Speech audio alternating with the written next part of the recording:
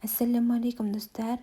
Бүгін сіздер үшін үкілі хит орамалдың тоқудың ең оңай әрі өте әдемі жолын көрсететін боламын.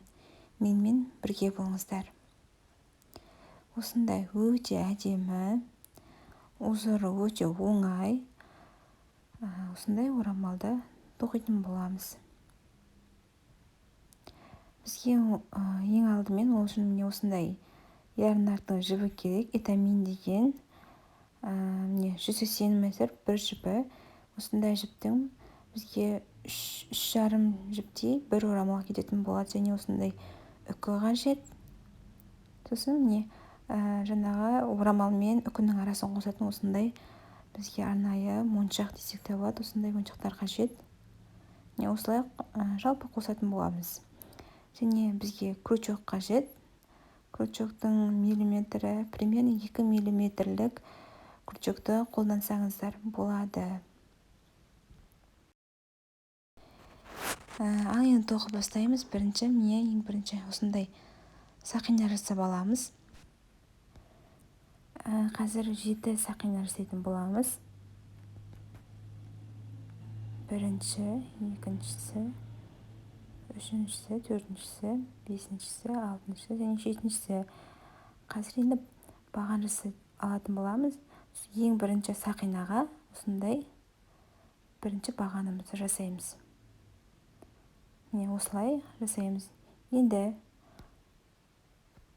қараңыздар, жіпті айналдырамыз да 3 сақина жасаймыз, көтереміз яғни. Және де осы сақинаның ішіне, жаңағы дөңгелектің ішіне біз бағандар жасайтын боламыз. 15 баған жасайтын боламыз.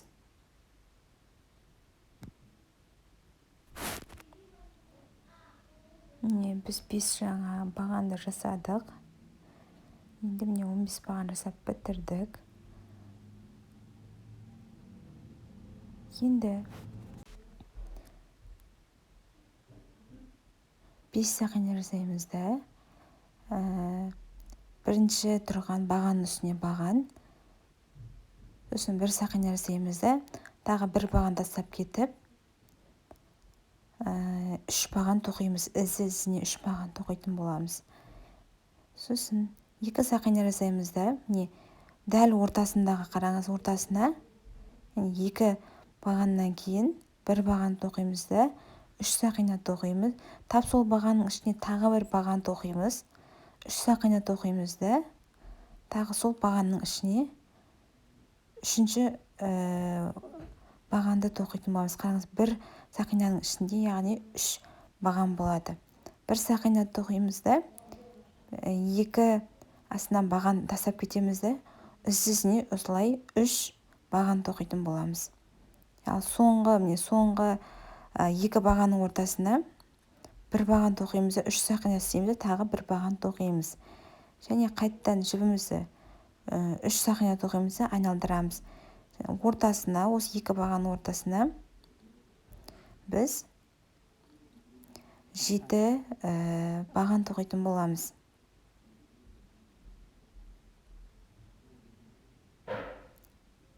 Міне 7-ші бағанымыз тоқып болған соң, қараңыздар, 1 сақина тоқимыз да, міне ортасындағы бағанның үстіне тағы 1 баған тоқимыз.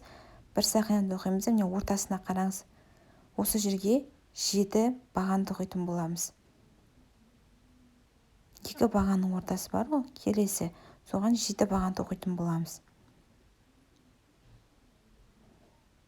7 баған тоқып болғаннан кейін мен ортасындағы бағанның үстіне баған тоқимыз да, келесі жаңағы 2 бағанның ортасына тағы 7 баған тоқимыз. Сонда бізде барлығы 15 баған болады. Жаңа ең астында біз 15-ін тоқыдық қой. Тап сол сияқты, сол кезде бізде 15 болады. Ортасында 7-7-тен тоқыдық та, ортасында 1 баған тұрды ғой, соған 1 оң қосамыз. Сонда 15 болады. 1 сақина тоқимыз да, 3 бағанның ортасында 2-ші бағанға 1 баған тоқимыз. 1 сақина тоқимыз да, келесі міне 2 бағанның ортасына 7 баған тоқимыз. Бізде узор қиын емес, қыздар. 7 бағаннан тоқып үркете беретін боламыз. Шет жақтары осылай 7 бағаннан болады. Енді біз қазір 5 сақина тоқимыз. Айналдырамыз. Сосын бірінші бағанның үстіне, қараңыз, бірінші бағанның үстіне баған тоқитын боламыз. Бірінші баған 1 сақина тоқимыз. 1 сақина тоқимыз да, бір уын тастап кетеміз де, екіншісіне 3 баған тоқимыз із-ізіне. 1 сақинаның ішіне емес, келесі із-ізіне 3 баған тоқимыз. Сосын қазір 1 сақина тоқимыз. 1 сақина тоқимыз. Міне біреуі бар, соның үстіне 1 баған тоқимыз да, 2 сақина тоқимыз. Тап сол жерге тағы 1 баған тоқимыз. Осылай орамалымыз үлкейеді. Енді тағы 1 сақина тоқимыз.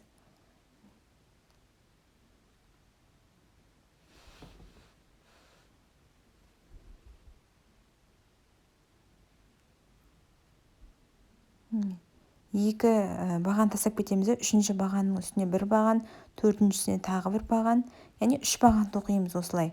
Тағы 1 сақина тоқимыз да, жаңағы 7-ші бағаннан кейін ортасына 1 баған болады дедім, тап ортасына, центр дейді ғой, соған, соның үстіне жаңағы бағандарымызды тоқимыз. Бірінші баған тоқимыз, 3 сақина тоқимыз. Бірінші баған тоқимыз, 3 сақина тоқимыз. Осы 3 бағанды ортасында 3 сақинасы бар. Бір жерге тоқимыз, осылай біздің орамалымыз үлкейеді. 1 сақина тоқимыз да, екеуінен кейінгі бағанға із-ізіне бағандар тоқимыз. Тағы 1 сақина тоқимыз да, ортасына бір баған тұрған жерге тек 1 баған үстіне, осылай 2 баған тоқимыз да, ортасында 2 сақина болады. 1 баған тоқимыз да, екеуінен кейін 3-ші бағанға біз 3 баған ізіне тоқимыз. Енді 1 баған тоқимыз да, ең соңғысына, ортасына, 2 бағанның ортасына 1 баған тоқимыз, 3 сақина тоқимыз да, 1 баған тоқимыз. Енді қазір келесіне жеті-жетіден көбейтіп орамалымызды үлкейтетін боламыз. Бізде бұл жерде тек 2 схема, жаңағы жеті-жетіден үлкейтетініміз, және жаңағы содан кейінгі жаңағы үлкейтетін узорларды тоқимыз. Енді 7 сақина тоқимыз.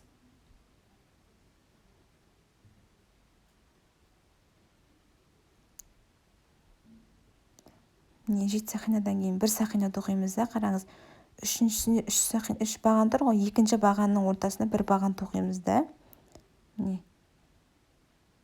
сақина тоқимыз. 2 бағанның ортасына, сол жерге біз 7 баған тоқитын боламыз. Көрдіңіздер ме? Осылай жаңағы үлкейтетін жерлер өзі жаңағы ортасында 2 сақина, 3 сақина деп тұрған жерлер уже олар үлкейтетін жерлер болып саналады. Уже келесі рядқа көшкен кезде біз жаңағыны қайталайтын боламыз. Үшеуінің ортасына біреуін тоқимыз. Қараңыздар. Мына жерге 7 баған тоқимыз.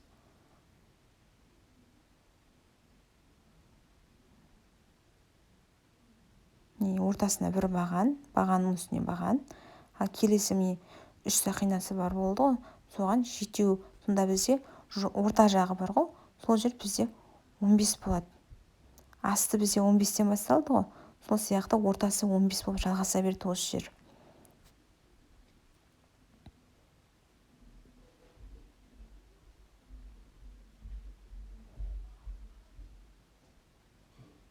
Енді 1 сақина, екіншісіне 1 баған тоқимыз, 1 сақина, екеуінің ортасына, 2 бағанның ортасына тағы 7 баған тоқимыз.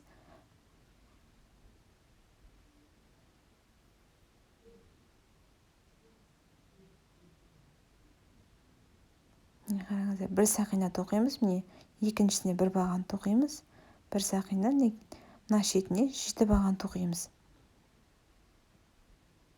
Үшіншісі, төртіншісі, бесіншісі, алтыншысы және жетіншісі.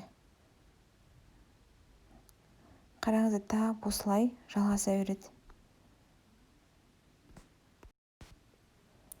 міне қараңыз, енді міне тағы 5 сақина тоқитын боламыз.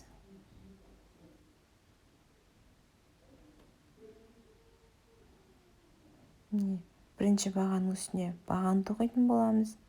Бір сақинадан екінші сақинаға ізіне 3 баған тоқитын боламыз. Бір сақина тоқимыз. Мына жерге бір баған тұрған жерге сол баған үстіне бір баған тоқимыз да, 2 сақина тоқимыз да, жаңағы сол бағанның үстіне тағы бір баған тоқимыз. Сонда бір бағанды 2 баған қылып көбейттік. Бір сақина тоқимыз. Міне 7 бағанның үстіне 2 бағаннан кейін, бір бағаннан кейін 3 сақинаны ізіне тоқитын боламыз. Бір сақина тоқимыз да,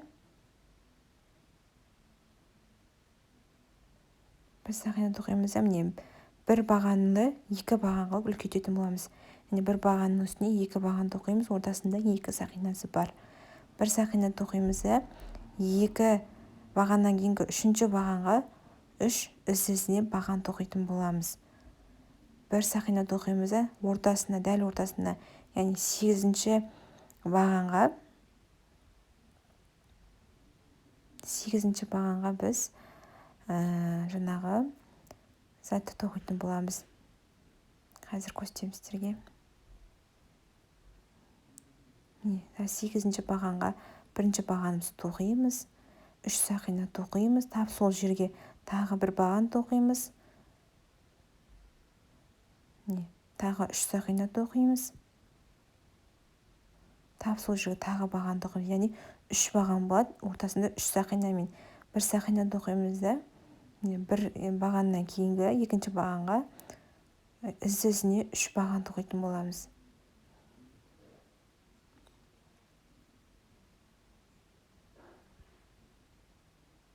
Бір сақина тоқимыз да, міне бір бағанды 2 бағанға үлкейтеміз, ортасында 2 сақинасы бар. Бір сақина тоқимыз да, міне жетеу тұрған баған үстіне ізіне 3 баған тоқимыз үстіне. 2 бағаннан кейінгі 3-ші бағаннан бастап тоқитын боламыз. Бір сақина тоқимыз да, бір бағанды 2 бағанға үлкейтетін боламыз. Бір жерге 2 баған, ортасында 2 сақинасы бар. Екіншісіне,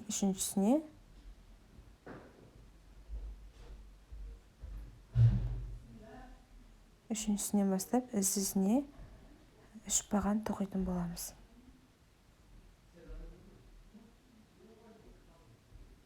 Бір баған тоқимыз да, соңғы бағанның ортасына бір баған, 3 сақина, тағы бір баған тоқимыз.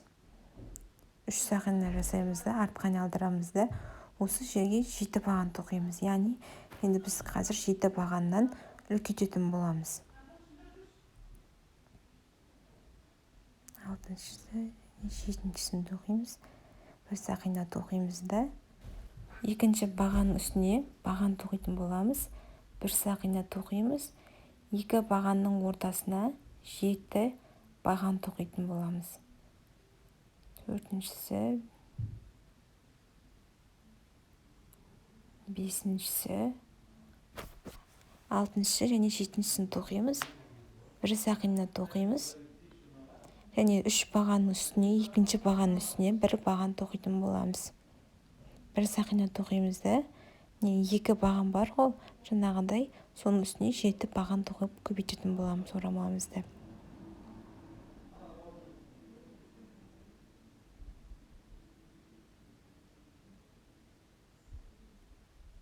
Енді бір сақина тоқимыз.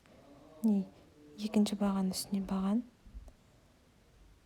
Енді ортасына келгенде 7 баған тоқимыз. Ортасындағы баған үстіне баған тоқимыз. Енді 8-ші баған. Сосын келесі бағанның ортасына тағы 7 баған тоқимыз. Сонда бізде барлығы 15 баған шығады. Яғни бізде ортамыз осылай жалғасады. Ешқандай өзгеріссіз, ортасы всегда 15 болады. Ешқандай өзгеріссіз, тек 2 жолдан тұрады. 2 жолы солай үлкейтіле береді.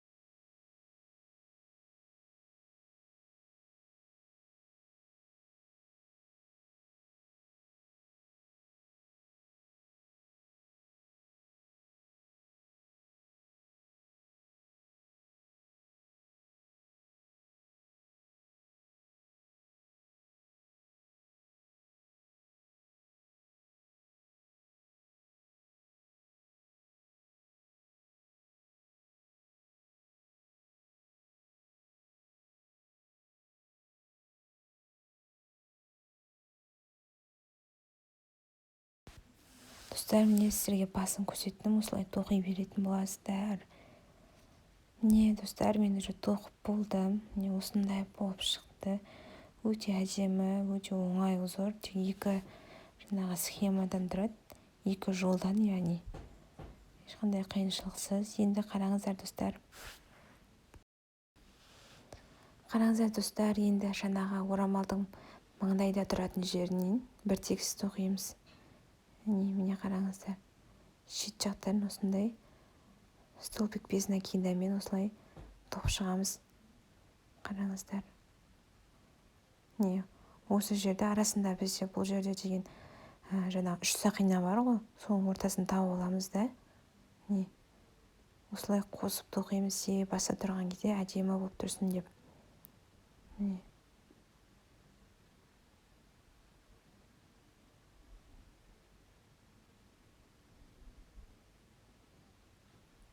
Осылай орамалдың шетіне дейін столбик без накидамен қосып шығасыздар.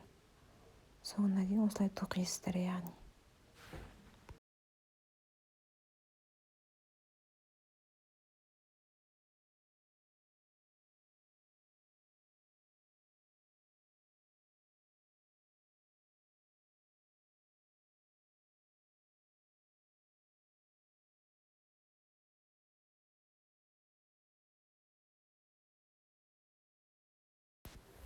Енді қараңыздар, міне ортасы жағы бар ғой, жаңағы бастаған. Бұл жерде міне осындай қылып тоқып жіберуіңіз керек. Қазір сіздерге ол жерді көрсететін боламын. Міне қараңыздар, мен ортасына келдім. Міне барлығын осылай столбик без накидамен тоқыдым. Енді қараңыз. Міне бұл жерде негізі 7 сақина бар ғой, сол жерді тауып, міне осылай тоқисыздар. Чтобы жаңағы дөңгелек сіз маңдайыңызда тұрған кезде өте әдемі болып тұру үшін.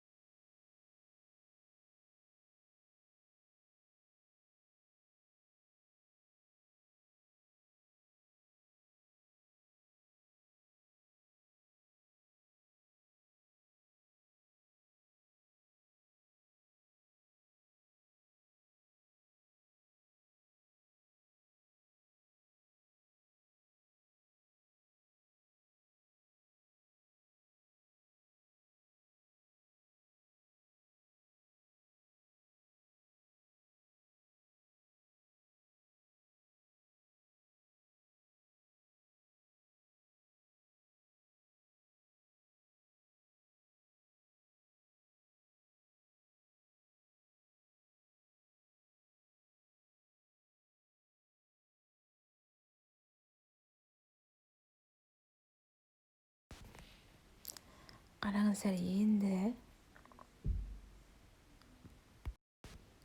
енді тоқып болдық. Енді жоғары қарай, міне 3 сақина тоқисыздар. Міне жоғары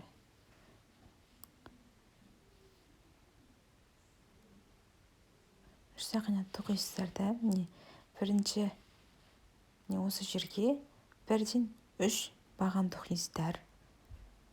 Сосын 3 сақина тоқисыздар. Міне 1, 2, 3 тастап кетесіздер. Төртіншісіне столбик без накидамен қосасыздар. Тағы 3 сақина тоқисыздар да. 1, 2, 3, үшіншісінен кейін төртіншісіне осы жерге бірден 3 баған тоқитын боласыздар. Бірінші баған, екінші баған, үшінші баған. Тағы 3 сақина тоқисыздар да. Үшеуін тастап кетесіздер де. Төртіншісіне столбик без накидамен қосасыздар.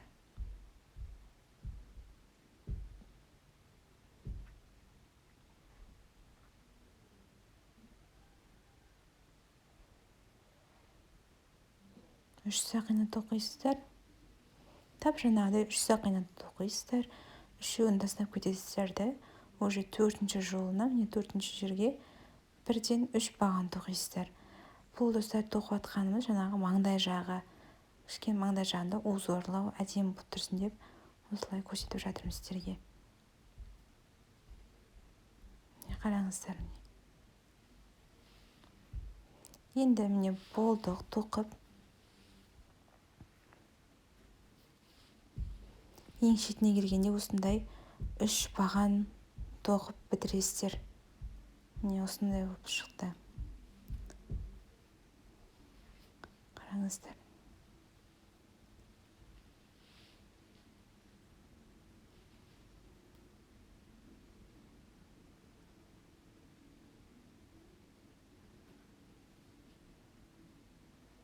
Енді 3 баған тоқимыз да, ізді жаңағы бағандардың үстіне бір бағаннан тоқып шығамыз. Яғни 3 баған болды ғой, үсті-үстіне бір бағаннан тоқитын боламыз.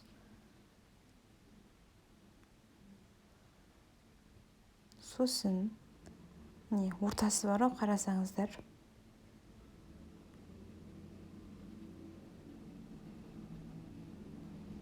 Ортасы, дәл ортасы, соның ішіне 2 баған тоқисыздар.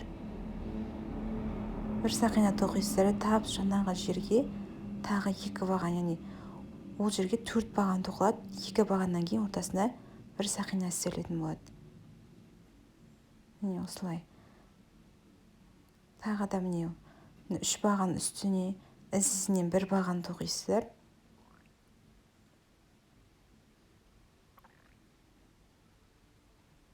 Екінші бағанның үстіне,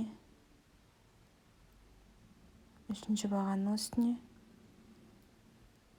және де міне дәл ортасына 4 баған тоқимыз. Екеуінен кейін ортасында бір сақина болады.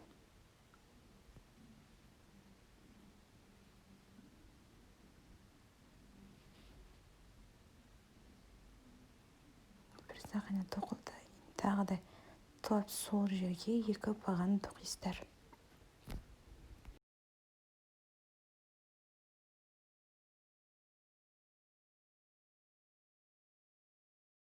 Ал достар, енді үкілерге келетін болсақ, мен екеуін уже дайындап қойдым.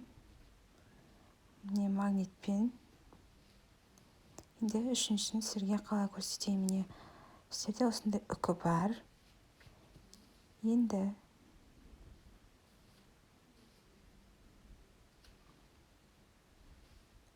үкінің асты жағын сіздер осылай өзіңіздің тоқыма жібіңізбен бір орап алғандарыңыз жөн.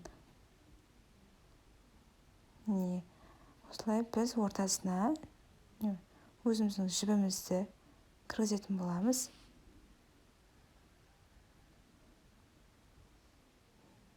Кіргіздік. Сосын оны байлаймыз. Осылай 2 рет байладық. Енді қараңыздар. Осылай тұрған жіпті қараңыз. Біз тоқыма бастаған кезде осылай дөңгелек сақина қылып аламыз ғой. Байлап тап сондай қылып осы жіпті осылай алатын боламыз. 2 жіпті бірден, чтобы қалыңдау болсын деп.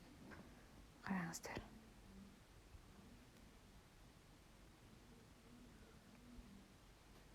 Енді қазір сақина тоқитын боламыз.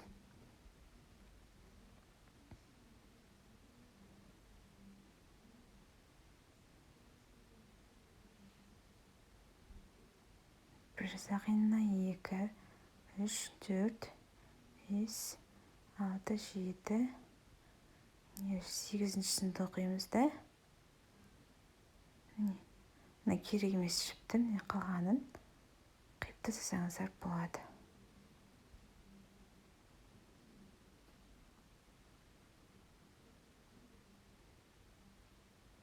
Енді қараңыздар, қиыны енді басталады.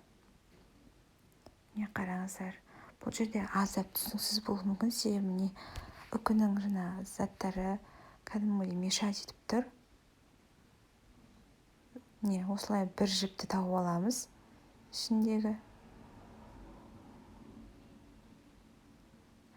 Арасында бір жіпті тауып аламыз да, соның ішіне крючогымызды кіргіземіз.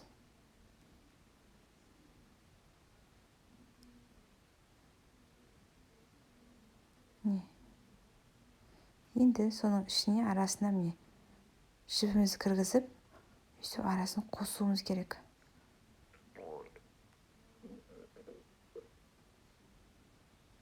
Бұл енді достар аздап қиындау. Бұл жерде енді үкінің заттары қатты мешать етіп тұр. Не осылай кіргізіп тоқып алатын боламыз.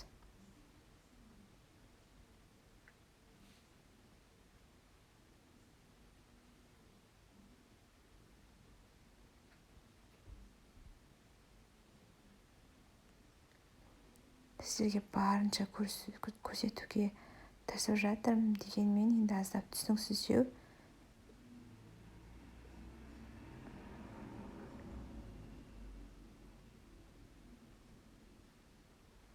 Жалпы түсіндіңіздер деп ойлаймын. Яғни үкінің астындағы жіптерге осылай жаңағы жібімізді тоқып шығамыз. Егер өздеріңізде басқаша бір әдіс болса, өздеріңіз қалағаныңыз бойынша істей берсеңіздер болады.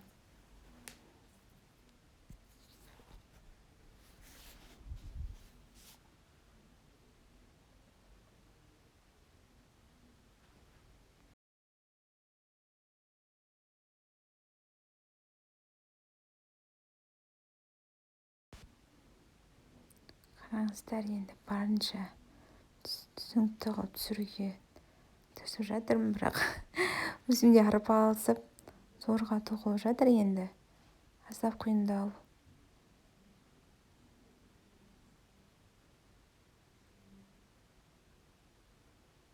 Не барынша 3-4 рет асты жағына осылай кіргізіп тоққаннан кейін сол жеткілікті де болады. Міне енді қараңыздар, жаңағы соңына жіпті осылай шығарып аласыздар тоқып болғаннан кейін. Камерада көрмей алған екен. Шет жақтарын осылай үкінің асты жақтарын керек емес жерлерін қиып тастасаңыздар болады. Міне жіпті үстіне қарай жібересіздер. Міне қалған жіп астындағы. Енді осы жіпті осы жерде осылай орайсыздар. Төменге қарай.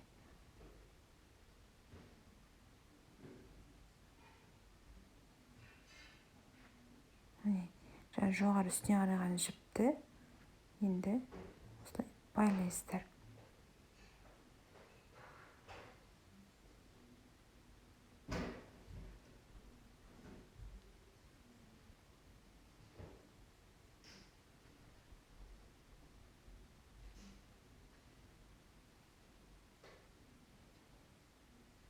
Екі-үш рет айналдырып байлайсыздар, чтобы босап кетпеу үшін.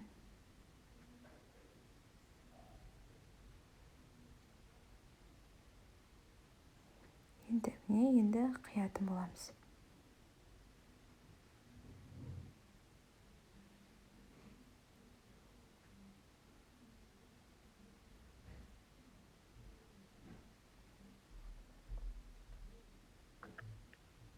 Біздің үкілеріміз дайын. Аздап түсініксіз болды деп ойлаймын енді сіздерге. Қараңыздар, енді біз Соломонов узел жасайтын боламыз. Бірден 3 түйін жасайтын боламыз. Түйін деп айта берейін енді. Сосын осылай үшіншісінен кейін мұншақты өткіземіз арасынан.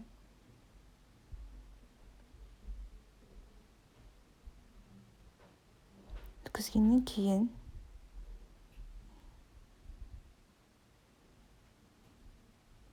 осы жерге көшігімізді өткіземіз да арасын столик без накидамен қосатын боламыз. Қараңыздар.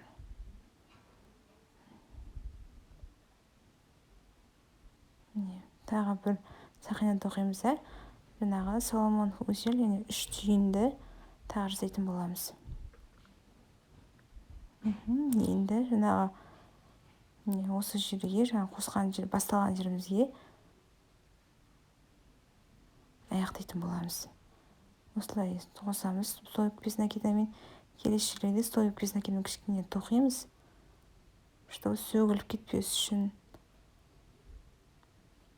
сосын жібімізді шетінен қиямыз да. Міне осылай бітіреміз. Жіпті жаңағы осылай араларынан өткізіп, чтобы сөгіліп кетпес үшін.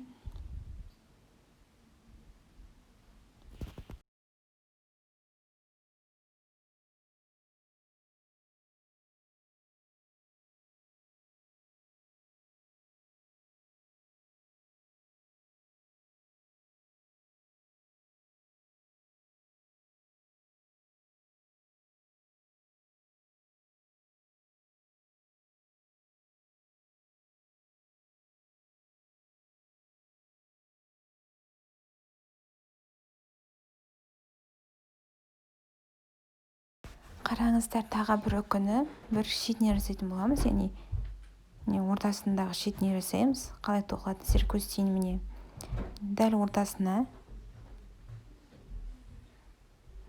аламыз да, не екі жіппен қосып сақина жасайтын боламыз. Міне осылай осыны жоғары көтереміз да, міне осылай түйін жасайтын боламыз. Осылай 3 түйін жасаймыз да, жаңағы істегенімізді тап солай қайталаймыз.